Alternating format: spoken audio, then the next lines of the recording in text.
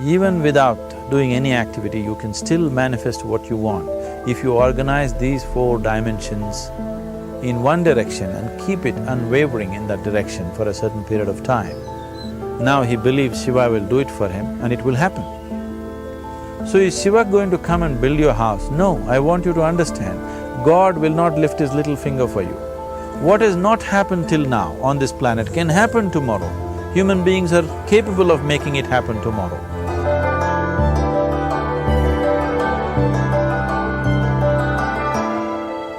Everything we as human beings have created on this planet was essentially first created in our minds.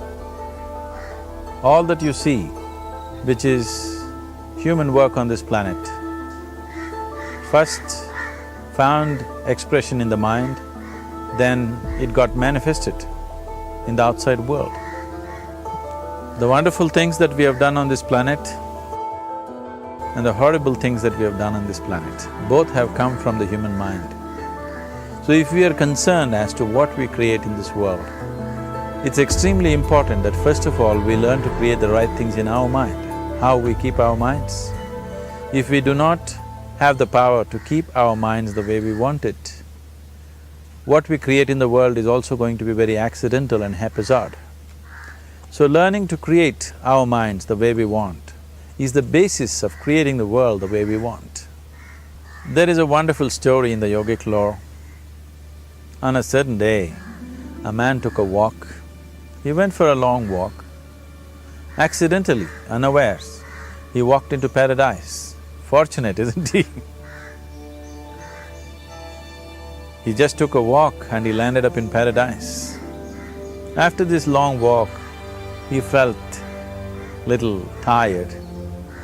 So he thought, oh, I'm tired, I wish I could rest somewhere. He looked around, there was a nice tree, underneath which there was very cushiony grass. So it was inviting. He went and put his head down there and slept. After a few hours, he woke up, well rested, and he thought, oh, I'm well rested, but I'm feeling hungry, I wish I had something to eat. And he thought about all the nice things that he ever wanted to eat in his life. And instantly, all those things appeared in front of him.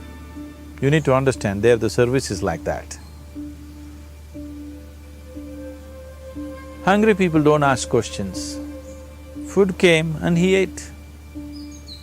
Stomach became full. Then he thought, oh, my stomach is full, I wish I had something to drink. All the nice things that he ever wanted to drink, he thought about it and all of them just appeared in front of him. Drinking people also don't ask questions, so he drank. Now with a little bit of alcohol in him, you know Charles Darwin told you, all of you are monkeys, your tail fell away. Not me, Charles Darwin told you that you were all monkeys and your tail fell away and then you became human. Yes, definitely the tail fell away. But the monkey, in yoga, we always refer to an unestablished mind as markata, which means a monkey. Why we are referring to the mind as a monkey is, what are the qualities of a monkey? One thing about a monkey is, it's unnecessary movement. And another thing about the monkey is, if I say you're monkeying somebody, what does it mean? Imitation. Monkey and imitation have become synonymous. So these two essential qualities of a monkey are very much the qualities of an unestablished mind. Unnecessary movement, you don't have to learn it from the monkey, you can teach it to the monkey. And imitation is full-time job of the mind. So when these two qualities are on, a mind is referred to as a monkey. So this monkey became active within him. He just looked around, thought, what the hell is happening here? I asked for food, food came. I asked for drink, drink came. There must be ghosts around here. and ghosts came. Oh, the ghosts have come, they're going to surround me and torture me, he thought. Immediately the ghosts surrounded him and started torturing him. Then he started screaming in pain and said, oh, they're going to kill me, and he died. Just now he said he's a fortunate being.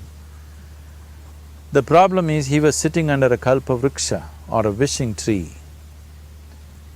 He asked for food, food came, he asked for drink, drink came, he asked for ghost, ghost came, he asked for torture, torture came, he asked for death, death happened.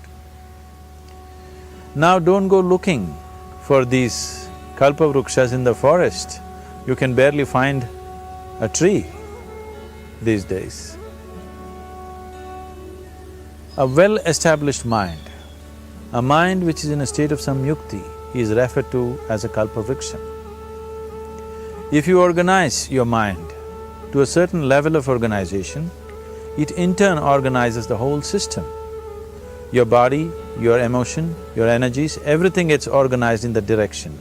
Once all these four dimensions of you, your physical body, your mind, your emotion and the fundamental life energies are organized in one direction, once you are like this, anything that you wish happens without even lifting a little finger actually. It would help to assist it with activity, but even without doing any activity, you can still manifest what you want if you organize these four dimensions in one direction and keep it unwavering in that direction for a certain period of time. Right now the problem with your mind is, every moment it is changing its direction. It is like you want to travel somewhere and every 2 steps if you keep changing your direction, the question of you reaching the destination is very remote unless it happens by chance. So, organizing our minds and in turn organizing the whole system and these four basic dimensions of who you are right now in one direction, if you do this, you are a kalpavruksha yourself. Anything that you wish will happen. But right now, if you look at your lives, everything that you have wished for till now, if it happens, you have finished. Everything and everybody that you have desired for, if all of that lands up in your house today, could you live with that? Once we're empowered like this, it's very important that our physical action, emotional action, mental action and energy actions are controlled and properly directed. If it is not so, we become destructive, self-destructive. Right now, that is our problem. The technology, which is supposed to make our life beautiful and easy, has become the source of all the problem that we are destroying the very basis of our life, which is the planet. So what should have been a boon, we are making a curse out of it. What has brought incredible levels of comfort and convenience to us in the last 100 years or so has also become a threat to our life simply because we are not conscious action, we are in a compulsive state of action. So organizing our minds fundamentally means moving from a compulsive state of activity to a conscious state of activity. You might have heard of people for whom they asked for something and beyond all expectations it came true for them. Generally this happens to people who are in faith. Now, let's say you want to build a house. If you start thinking, oh, I want to build a house. To build a house I need 50 lakhs, but I have only 50 rupees in my pocket. Not possible, not possible, not possible. The moment you say not possible, you're also saying I don't want it. So on one level, you're creating a desire that you want something, on another level, you're saying I don't want it. So in this conflict, it may not happen. Someone who has some faith in a god or in a temple or whatever, who is simple-minded, faith works only for those people who are simple-minded. Thinking people, people who are too much thinking, for them it never works. A childlike person who has a simple faith in his god or his temple or whatever, he goes to the temple and says, Shiva, I want a house. I don't know how, you must make it for me. Now in his mind there are no negative thoughts. Will it happen? Will it not happen? Is it possible? Is it not possible? These things are completely removed by this simple act of faith. Now he believes Shiva will do it for him and it will happen. So is Shiva going to come and build your house? No, I want you to understand, God will not lift his little finger for you. What you refer to as God is the source of creation. As a creator, he has done a phenomenal job, there's no question about it. Could you think of a better creation than this? Is it in anybody's imagination to think anything better than what is there right now? So as a creator, he has done his job wonderfully well. But if you want life to happen the way you want it, because right now, the very crux of your happiness and your well-being is this. If at all if you're unhappy, the only and only reason why you're unhappy is life is not happening the way you think it should happen. That's all it is. So if life is not happening the way you think it should happen, you're unhappy. If life happens the way you think it should happen, you are happy. It's as simple as that. So if life has to happen the way you think it should happen, first of all, how you think, with how much focus you think, how much stability is there in your thought, and how much reverberance is there in the thought process will determine whether your thought will become a reality or is it just an empty thought. Or how you do not create any impediments for your thought by creating negative thought process. This possible is something possible or not possible, is destroying humanity. What is possible and not possible is not your business, it's nature's business. Your business is just to strive for what you want. Right now you're sitting here, if I ask you two simple questions, I want you to just look at this and answer this. Right now from where you're sitting, can you just fly off? You say no. Right now from where you're sitting, can you get up and walk? You'll say yes. What is the basis of this? Why you say no to flying and yes to walking?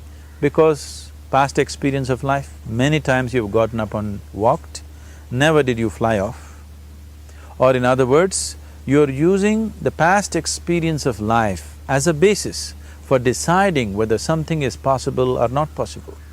Or in other words, you have decided that what has not happened till now cannot happen in your life in future. This is a disgrace to humanity and the human spirit. What has not happened till now on this planet can happen tomorrow. Human beings are capable of making it happen tomorrow. So what is possible and what is not possible is not your business. That is nature's business. Nature will decide that. You just see what is it that you really want and strive for that. And if your thought is created in a powerful way, without any negativity, without any negative thoughts bringing down the intensity of the thought process, the first and foremost thing is you must be clear what is it that you really want. If you do not know what you want, the question of creating it doesn't arise. If you look at what you really want, what every human being wants is, he wants to live joyfully, he wants to live peacefully. In terms of its relationships, he wants it to be loving and affectionate. Or in other words, all that any human being is seeking for is pleasantness within himself, pleasantness around him. This pleasantness, if it happens in our body, we call this health and pleasure. If it happens in our mind, we call this peace and joy. If it happens in our emotion, we call this love and compassion. If it happens in our energy, we call this blissfulness and ecstasy.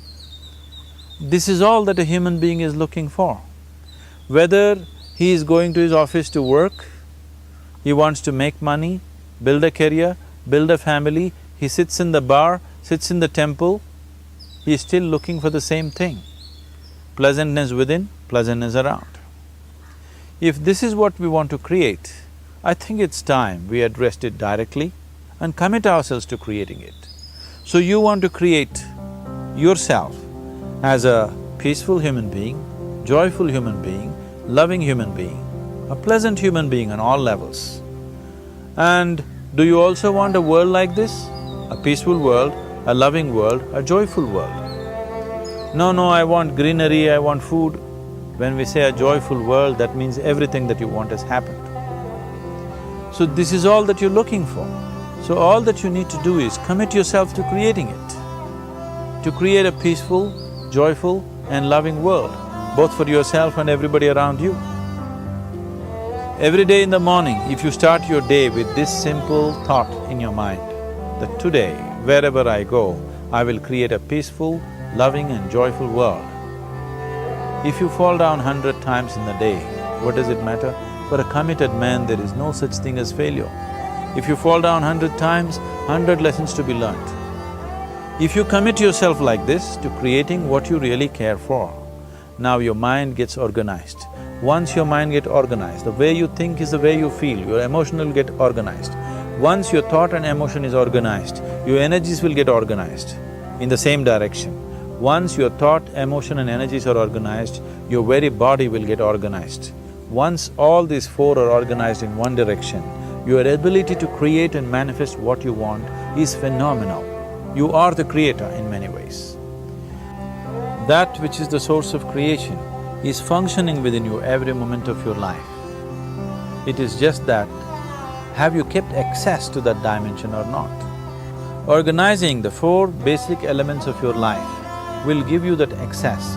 There are tools and technologies to do this.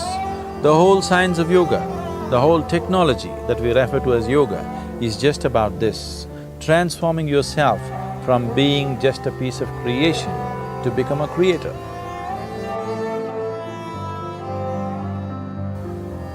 It is my wish and my blessing that every human being in this world should have this access to the source of creation within himself so that he can function here as a creator, not just as a piece of creation.